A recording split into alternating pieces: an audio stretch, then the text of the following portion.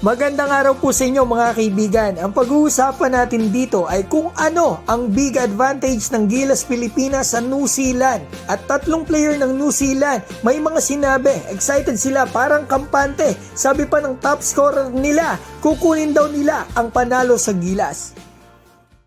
Simulan po natin dito. Di ba kahapon po nilabas na ng New Zealand yung kanilang Final 12 na ayon po sa official website nila ay ito daw ay strong 12-man squad nila.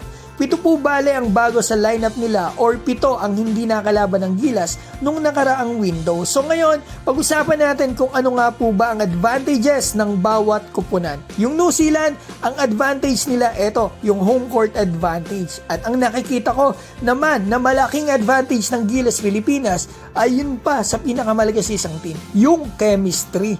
Ang ganda na po ng chemistry ng Gilas natin mga kaibigan. Kita rin na resulta. FIBA OQT pa lang last year magkakasama na to hanggang ngayon. At yun pa rin ang mga players. Pero etong New Zealand, halos bagong team na kasi nagbalasa sila ng tao. At yan ang isa sa nakikita kong dahilan kaya mananalo ang Gilas ngayong February 23 sa home court pa nila. At gusto ko pa mga kaibigan malaman po ninyo, ito po yung isang advantage natin. Si Coach Tim Cone hindi pa po natatalo sa home court ng kalaban. Tinalo ang China sa China. Tinalo ang Latvia sa Latvia.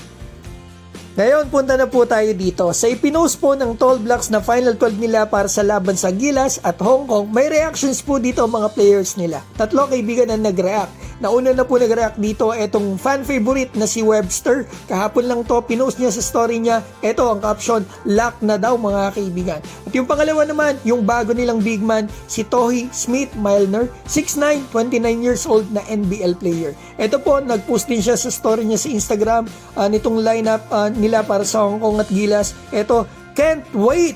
Let's go! Excited at confident ang big man ng New Zealand. At yung pangatlo po ay kilala sigurado ng ilan dito. Ang 6'6" NBL player na si Ruben Terangi na hindi kasama sa lineup nung nakalaban ng Gilas ito nitong nakaraang window. Ito po mga kaibigan ang top scorer ng New Zealand sa FIBA World Cup. 16 points may get in 5 games. So ito po ang reaction niya about dito sa lineup nila para sa Gilas at Hong Kong. Post niya sa kanyang story, let's get it!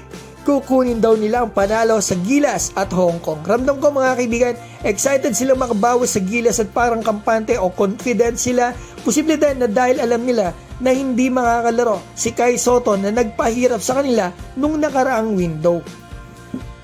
Kinain talaga sila ni Kai Sotto nung nakaraang window na nagkaharap sila. 19 points, 10 rebounds, 7 assists, and 2 blocks. Mamaw talaga. Pero hindi nila alam, may isa pa tayong higante, AJ Edu.